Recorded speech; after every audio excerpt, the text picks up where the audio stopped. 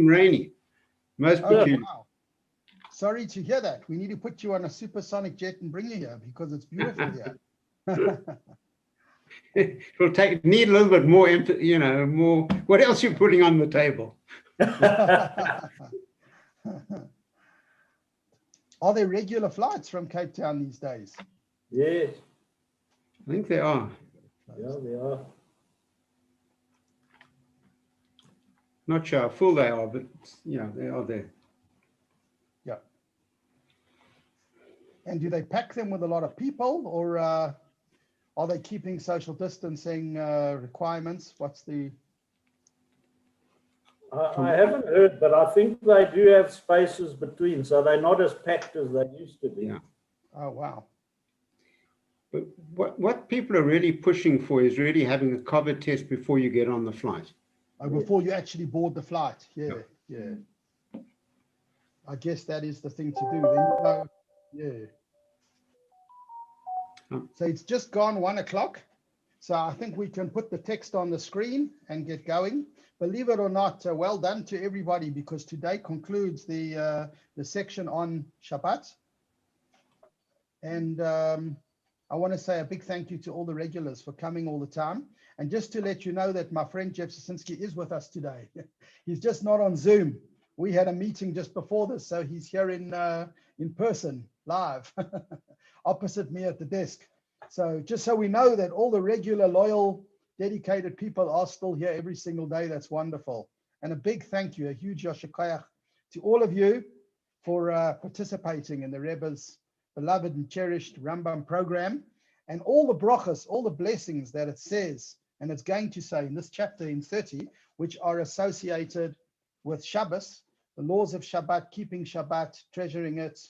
May we all see them in a revealed way in all of our lives, that Shabbos has a lot of power in having the Torah says, a clear influence, and please God, it should have an effect. We should see, we've had a rough year, everybody, and we should see in a revealed way the peace, the tranquility, the happiness, the joy that Shabbat is all about. It's not only otherworldly, but Shabbat is about, bringing heaven and earth together. It's where heaven meets earth. We celebrate Shabbat, as it will say in this chapter, by using physical things. We celebrate Shabbat with delicious meals, by cooking fine foods, by enjoying ourselves. In the modern world, we could say by taking a rest from all of those contraptions that disturb us during the week. I mean, imagine who else gets a rest? Who else gets to have a little bit of a breather from the craziness, the fast-paced 24/7 world that we live in? It doesn't stop shooting information at us all of the time. I mean, I remember when I was a child and lectures were on cassette tapes. I used to think to myself, you could listen to a tape once or twice. If it was a good lecture, you could listen to it 3 times. And you'd sort of think in your mind how many hours or days it would take to get through a whole series of tapes. And but I never thought the day would come that we wouldn't have enough hours and minutes to cover all of the things that are available. Somebody could put on the screen suddenly 5,000 Torah lectures. Where do you start?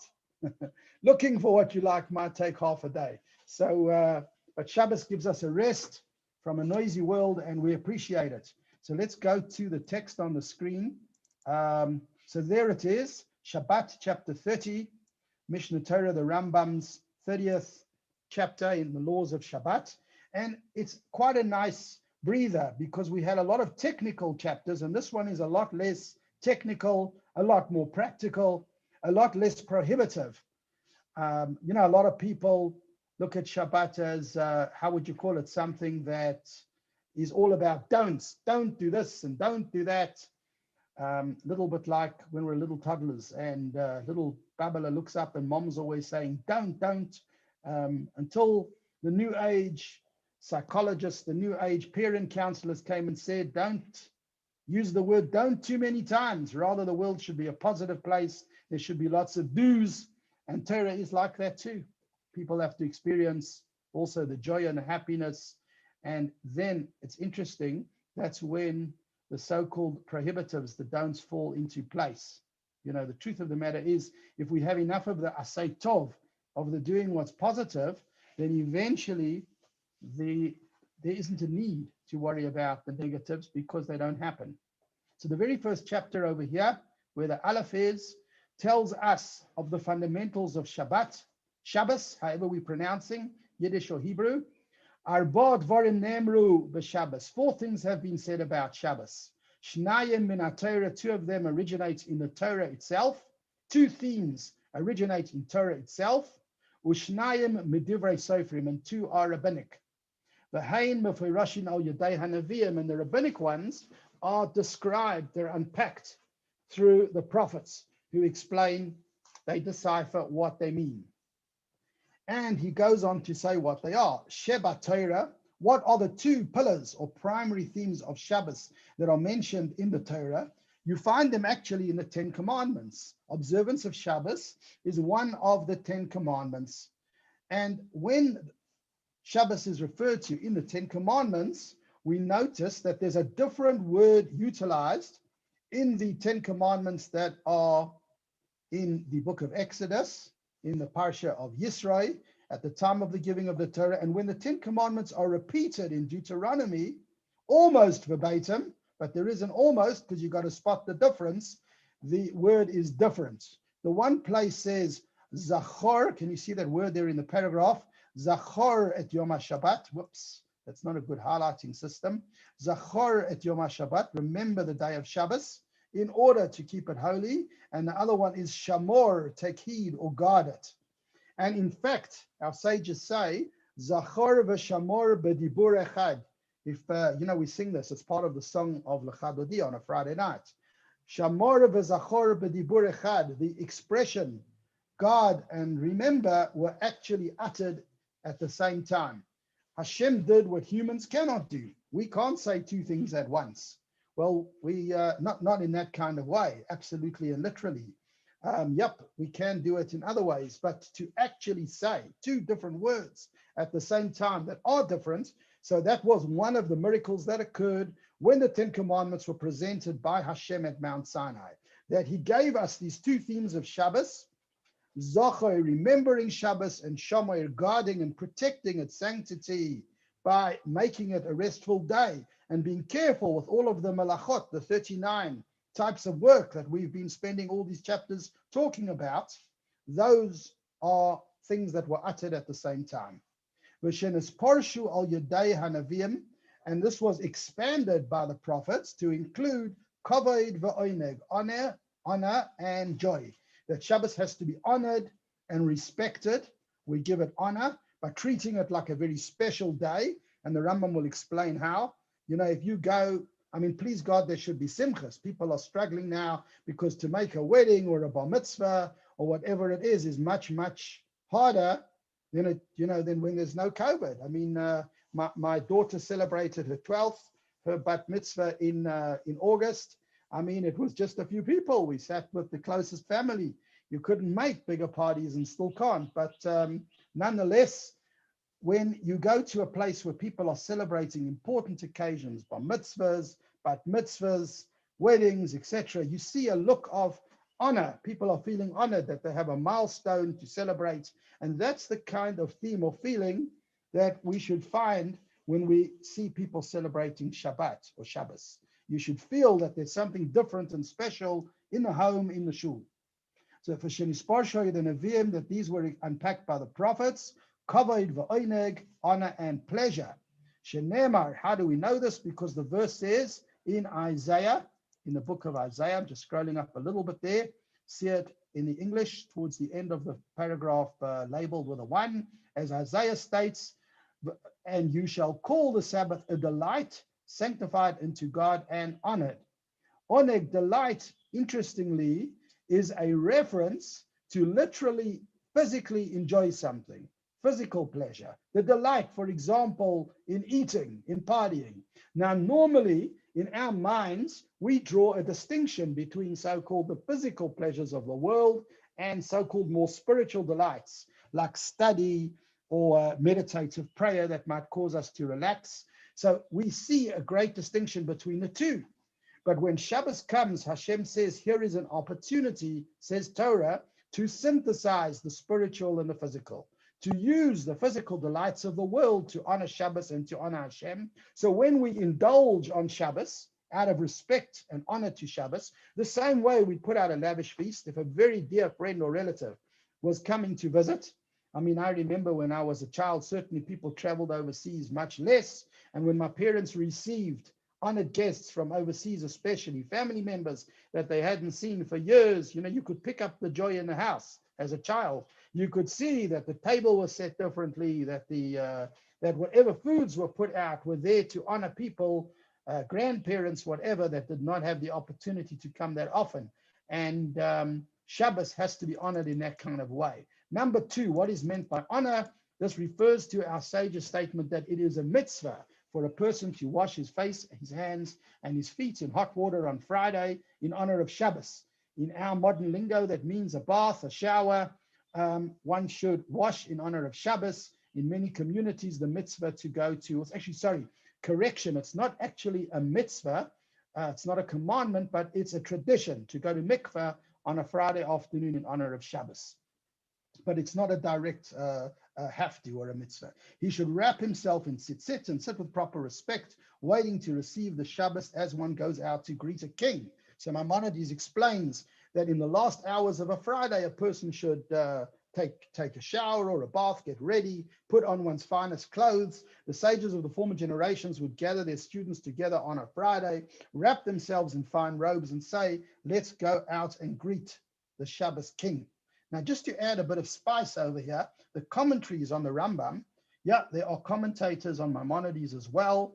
They wonder why the Rambam uses the metaphoric expression of the Shabbos king, because in most other places where we talk in Torah or Jewish folklore about Shabbos, the metaphor is more about the Shabbos queen, because Shabbos is associated with the feminine dimension of Malchus in the Sefirot Elionot. In the supernal Sefirot, there are the masculine and feminine spiritual energies that Hashem created in the world, just like you have in humankind, men and women, and they both have very important and special roles to play. Above, in the higher worlds, Hashem created also different kinds of levels, different kinds of elements that are masculine and feminine in nature. And Shabbat derives from a very feminine element. And therefore, in most places, Shabbat is referred to as Shabbat or the Shabbat queen. And the commentaries on the Rambam say that, yes, the Rambam is using an example talking about a king, but in most cases, the metaphor to do with Shabbos is the Shabbos queen. L'cha dodi likrat kala, come my beloved to meet a bride. The bride being, again, a metaphor of the Shabbos bride, the Shabbos queen, all in the feminine.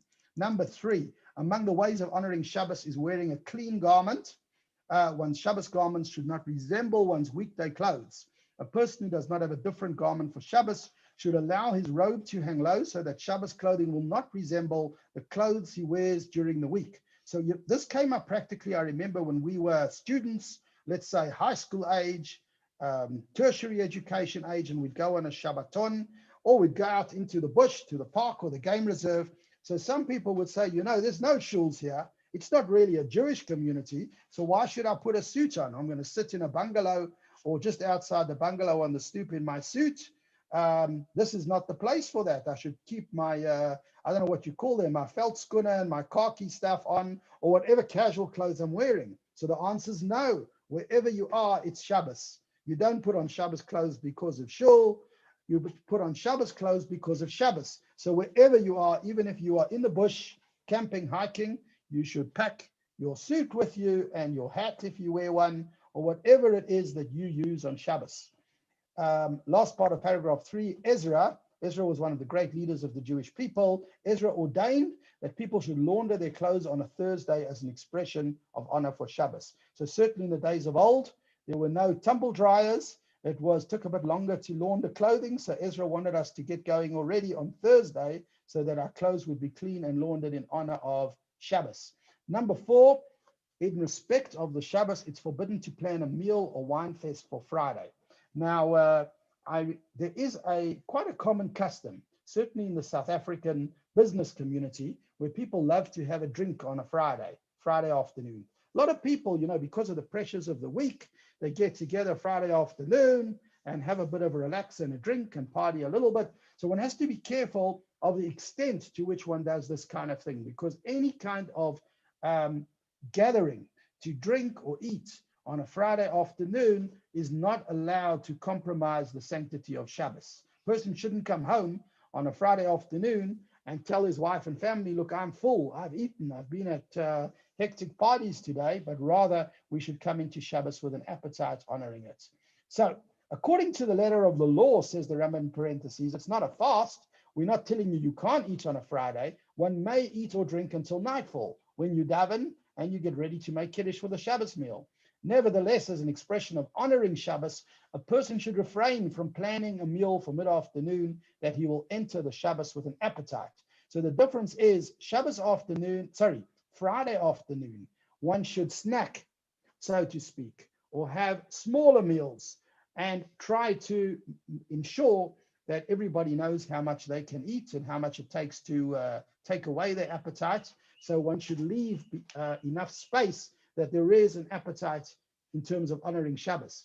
And at the same time, it's not mentioned here in the Rambam.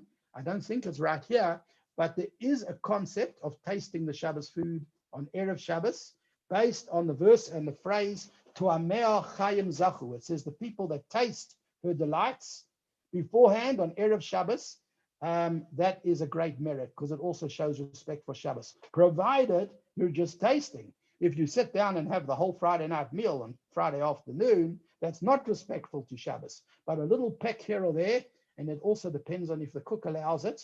There are some cooks that don't want people pecking away at their food while they're preparing on Friday afternoon. So you've got to clear that with the people in charge of the kitchen. But to taste is not only permissible, but it is a good thing to do. Then beginning of number 5, okay, so we said one has to enter Shabbos with an appetite.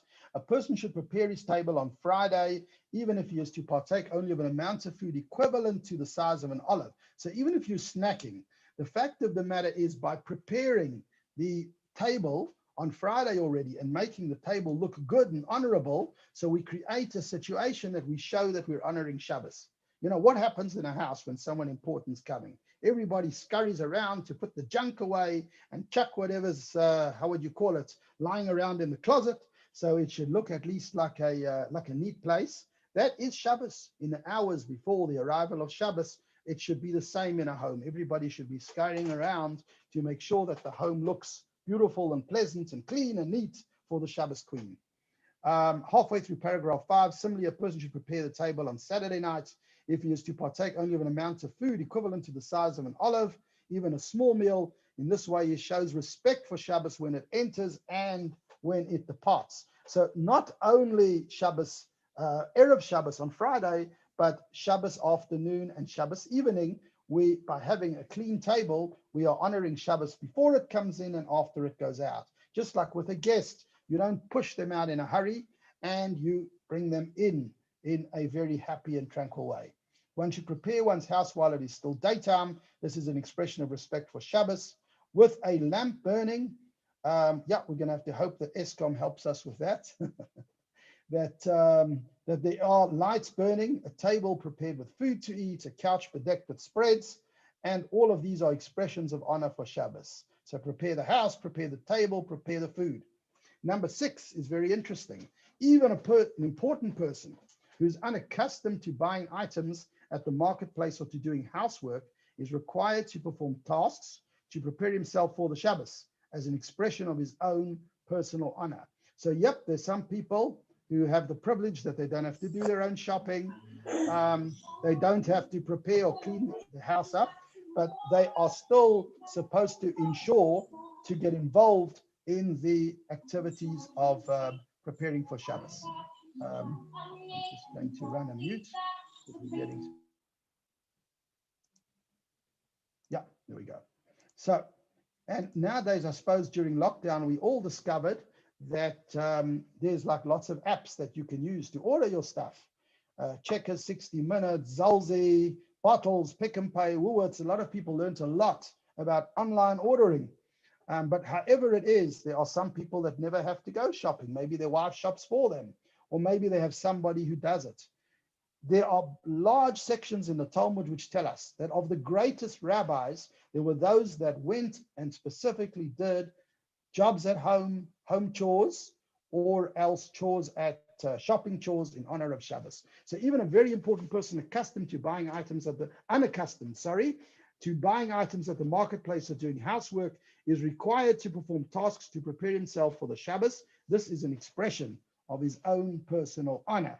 The sages of the former generations would involve themselves in such activities. There was one who would cook, one who would salt meat, one who would braid wicks, one who would kindle lamps. Others would go out and purchase food and beverages for Shabbos, even though this was not their ordinary practice. The more one involves oneself in such activities, the more praiseworthy it is. So a great schus, a great merit in getting involved in these things.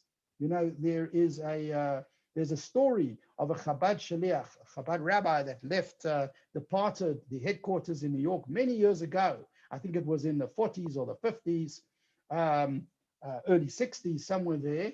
And he took up a position running a Chabad center somewhere in England. And in the beginning, he felt very sad. It was very hard for him to be far away from his Rebbe. He was used to being by the Rebbe. So he wrote to the Rebbe and he said he feels so sad to be far away. The Rebbe answered him in a letter and said, you're actually not far away, because when you're running my center and you're doing my work, you're running my Chabad center, you actually are closer to me than if you were next door. The Rebbe used a very interesting expression. He said, everybody that does anything to keep that center turning is important to me. And he said, even the people that sweep the floor there are important to me. For that reason, somebody once came into the center and found the rabbi sweeping. And they said to him, why are you sweeping? I mean, aren't there others who this can be delegated to? He said, I make sure to do some of the sweeping myself. Generally, yep, we have staff that do sweeping, but because the Rebbe wrote in a letter once that even when people sweep my center and make it clean and neat, I take it personally. And therefore, I want to have that merit. I want to partake in the merit of that. And for that reason, the same thing with Shabbos. Anything you do for Shabbos, if you clean the house, if you salt the meat, if you cook something, it is important, no matter how menial the task might be. Number 7, what is meant by Sabbath delight? Referring to our sage's statement that a person should prepare a particularly sumptuous dish and pleasantly flavored beverage for Shabbos, all this must be done within the context of a person's financial status. So we don't expect the person to strain themselves financially, but to the best of our abilities. You know, there's a lot of talk about prioritizing, financial prioritizing. Spending on Shabbos and Yom Tov is a great priority in honoring Hashem in these days. The more one spends, both financially and expenses undertaken for Shabbos and in effort in the preparation of many good foods, the more praiseworthy it is. If, however, this is not within one's financial capacity and one merely stews food or the like in honor of Shabbos, it is considered to be Sabbath delight. The Rambam points out, although we would like you to prioritize spending money on Shabbos and Yom Tov delights, buying wonderful foods, one is not obligated to strain oneself or to borrow from others in order to prepare for Shabbos. The sages of the former generation said, make your Shabbos as weekdays, but do not depend on others. Although it is a great mitzvah to give tzedakah, people should not be accustomed, God forbid, or want to receive it, or to make themselves more dependent, God forbid, than necessary. And therefore the Rambam says, if Hashem has benched us, and please God, he should bench everybody, it's a wonderful thing to spend whatever you can to indulge on Shabbos and Yom Tov. But if you are not able to, you don't have to strain yourself. Halacha 8, a person who is indulgent and wealthy and therefore conducts all his days as Shabboses. So in other words, because of his situation, he is able to eat in a luxurious way throughout the week. So he still has to make sure to partake of different foods on Shabbos from those which he partakes during the week. And if his fare cannot be changed, if he's really literally every day eating such a top quality of food that he cannot even, upgrade for Shabbos, he should then at least change the time that he eats his meals. For example, if he usually eats early, he should honor Shabbos by eating later. And if he usually eats later, he should honor Shabbos by eating earlier. So it's always important to honor the Shabbos in the way in which one has one's meals. In Halacha 9, the Rambam talks about how many meals should we have on a Shabbos. The famous concept of shalosh seudos, 3 meals.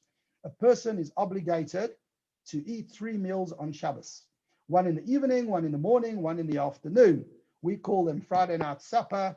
Although it's Shabbos morning, after shul it ends up being more like mid-afternoon, and then shalosh seudos or shalosh seudos with the 3rd meal, which should be around mincha time. One should be extremely careful regarding these 3 meals and not to eat any less. Even a poor man who derives his livelihood from charity should eat 3 meals on Shabbos. Nevertheless, if a person is sick from overeating or who fasts constantly, he is not obligated to partake of 3 meals. So if there's a medical or health concern, then he does not have to coerce himself to have 3 meals. At all of these 3 meals, there must be significant sittings at which wine is served at each of them, and one should break bread using 2 full loaves. You know, we have our lechem mishnah, our double challah, and the same applies, says the Rambam, regarding the Yomim Tovim, the holidays. So wine and 2 breads is an imperative at all 3 Shabbos meals, according to the Rambam. Just out of interest, there are some authorities that differ with regard to the 3rd meal on Shabbos. There are some that say that it is not compulsory to wash and have bread at the 3rd Shabbos meal. Halacha number 10. Eating meat and drinking wine on Shabbos is a form of pleasure for a person, provided this is within his financial capacity. On Shabbos and holidays, a significant meal at which wine will be served is forbidden to be scheduled for the time the house of study is in session. So we must remember that in those days, there were study sessions on a Shabbos morning. Besides for davening, people would go to the Batei Midrashot, the houses of study, and study. And the Rambam is concerned here that if there's too much drinking in the morning, it's going to impact on Shabbos morning learning. So he's suggesting to keep the liquor out of the morning and rather have your strong wine in the afternoon, when it doesn't matter if it's going to make you merry or cause you to sloth and affect your learning. Instead, the practice of the righteous of the former generations would be as follows. A person would recite the morning service, then the additional service, which we call musaf in shul. Afterwards, he then return home and partake what we call lunch, which is the 2nd Shabbat meal. He would then proceed after that meal to the house of study to learn more, to read from the written law and study the oral law until the afternoon, at which time he would recite the afternoon service, mincha, and after that there would be shalosh seudos, the 3rd Shabbos meal, a significant sitting at which wine is served, and continue eating and drinking until the Shabbos is passed. So here the Rambam wants the wine at the end of the day. You can imagine in those days, certainly the wine was very strong. There are many places in today's day and age where people do a good job of their l'chaims from morning onwards on Shabbos. Some folks start very early, and that's a discussion on its own. In general, l'chaims have to be handled responsibly. They should never compromise in any way on the way people treat others, on their control, their behavior, but as a person behaves like an adult and is able to consume it in a responsible way, nothing wrong with the way in which it may enhance the joy of Shabbos or Yom Tov. Halacha 11, the Rambam talks here about traveling on Erev Shabbos, because if we travel too much on Friday, it can affect us. We can arrive tired, worn out, and it will affect our Shabbos. Therefore, it's forbidden for a person to travel more than 3 parseos.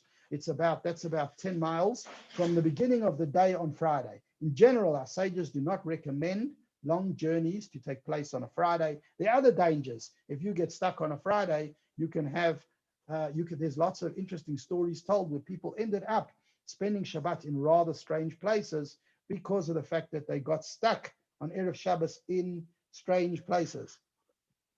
About a year or so ago, there was an El Al flight that they realized wouldn't make it all the way from the United States to Tel Aviv, to Lud Airport. And they actually stopped in Greece, in Athens, to let off the religious, the observant passengers, and they spent their Shabbos at a hotel near Athens Airport. El Al felt that it had an obligation to its non-observant passengers, so they chartered a private company to get them to Israel, even though it was Shabbos, because according to the rules, El Al couldn't fly passengers on Shabbos.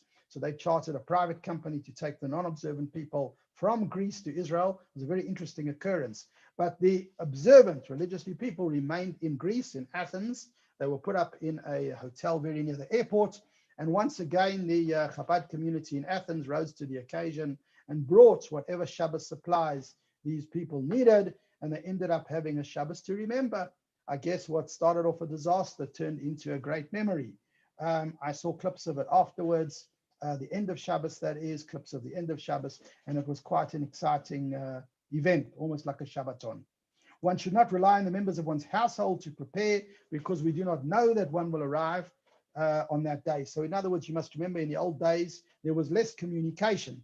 People didn't always know when family members were returning from trips. So you couldn't just arrive home because maybe your family wasn't expecting you and wouldn't have prepared for you on Shabbos. Needless to say, the restriction applies when visiting others. By arriving unexpectedly, one will embarrass them, for they will not have made the preparations appropriate for hosting guests. So the Rambam warns us that it's not correct to just rock up at somebody's place and in the meantime, they haven't managed to prepare for you. You can embarrass them, you can embarrass yourselves. So one has to plan accordingly, make sure to get there early. There was a time a few years ago, without going into too much detail, where a certain community sort of arrived in Johannesburg or South Africa, very close to Yom Tov without having prepared.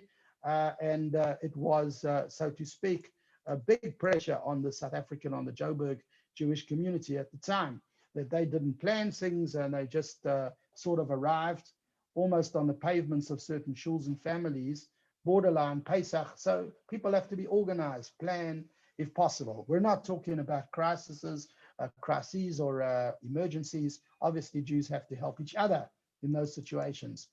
It's forbidden to fast, crying out to God, or offer supplication, entreating his mercy on Shabbos. So I'm going to try and pick up the speed now because we're already at half an hour past 1. But in number 12, the Rambam is saying that when Jews gather together to pray in sad and difficult circumstances, this should not be planned for Shabbos if possible. However, if it's an emergency, parentheses, second paragraph in 12, they include a city surrounded by Gentiles, a flood, a ship sinking at sea, then obviously you can assemble everybody to daven with supplications on Shabbos. So Shabbos should always be associated with joy, preferably not to have assemblies that are about emergency and supplication on Shabbos. We do not lay siege to Gentile cities less than 3 days before Shabbos. So this is a military halacha that one doesn't want to create a situation that we start some kind of military program and we're not finished in time for Shabbos. And this, again, dishonors the Shabbos. And the same thing, not setting sail in a ship less than 3 days before Shabbos, so that one's mind will be settled before the Shabbos and will not suffer excessive discomfort. Normally it takes, in the old days with ships, I don't know if it's the same, haven't been on a cruise lately, but in the old days when they traveled by ship, they would say that it took people about 3 days to sort of settle. So there was a requirement, if possible, not to leave within the 3 days before Shabbos, so that if you got on a ship on a Sunday, Monday, Tuesday, you would have those 3 days to acclimatize and it would not affect the way in which you enjoyed Shabbos. Talks about shorter trips, tired to Sidon and the like, one can go on a Friday. Number 14, intimate relations are considered a dimension of Shabbos pleasure. Therefore, Torah scholars who are healthy would be accustomed to set aside Friday night to fulfill their conjugal duties. So here the Rambam is saying that even those more private areas of human life, which hopefully people are happy to enjoy in the right context, in the kosher context, should, if possible, be dedicated to Shabbos. It's not a have to. Again, it's a custom. And likewise, if people are getting married for the first time on a Shabbos, one might think it's forbidden because of discomfort, etc., but that's not the case. It can be on Shabbos.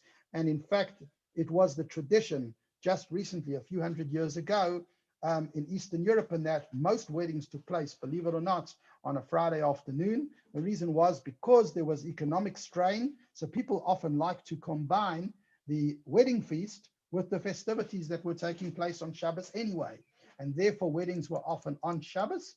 And so Number 15, the observance of Shabbos and the prohibition against worshipping false deities are equivalent to the observance of all the mitzvahs of the Torah. Shabbos is the eternal sign between the Holy One, blessed be He, and us. So in Halacha 15, the Rambam is pointing out that the observance of Shabbos and honoring it is equal to all the other mitzvot, as well as the mitzvah of avoiding avodah zarah, worshipping false deities. And doing these brings about tremendous blessing. So I am moving very quickly through the text, but if you'd like to read the text afterwards to catch up, by all means, the text is here in its place. You can find it in the same place I did, on the JTI site where it says Rambam Daily Text, if you want to read it through more slowly and carefully. But I'm going to read the last paragraph to end us off. It is explicitly stated in our prophetic tradition that whoever observes the Sabbath according to law and honors it and delights in it according to his ability will receive both reward in this world in addition to the reward that is preserved for the world to come.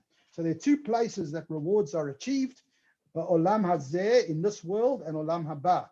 And honoring Shabbos will bring reward in both places, this world and the next. And this comes from, the prophet says, as Isaiah 58:14 states, and I'll read it in Hebrew as well because it's an important verse. Isaiah 58 verse 14. Oz tis'ana gal Hashem, then you will delight in God. I'll cause you to ride on the high places of the earth. I will nourish you with the heritage of your forefather Jacob. Kipi Hashem diber, for the mouth of God has spoken. In other words, Hashem is saying that when you take delight, and even physical delight, in the day of Shabbos, and you honor it and you respect it, then I will consider it as though you are taking delight in me. Hashem saying, I will take personally the physical, material way that you celebrate Shabbos, and that will cause me to bless you with all kinds of things. So as we said before, we hope and pray that the blessings contained in Shabbos should affect and permeate all of our lives.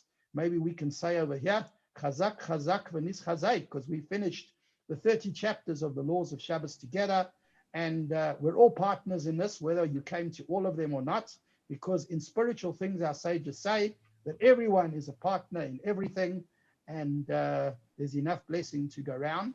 Hashem just has to cause it to manifest itself. It's not like apple pie that if you cut out a slice, there's less. Spiritual things are like light.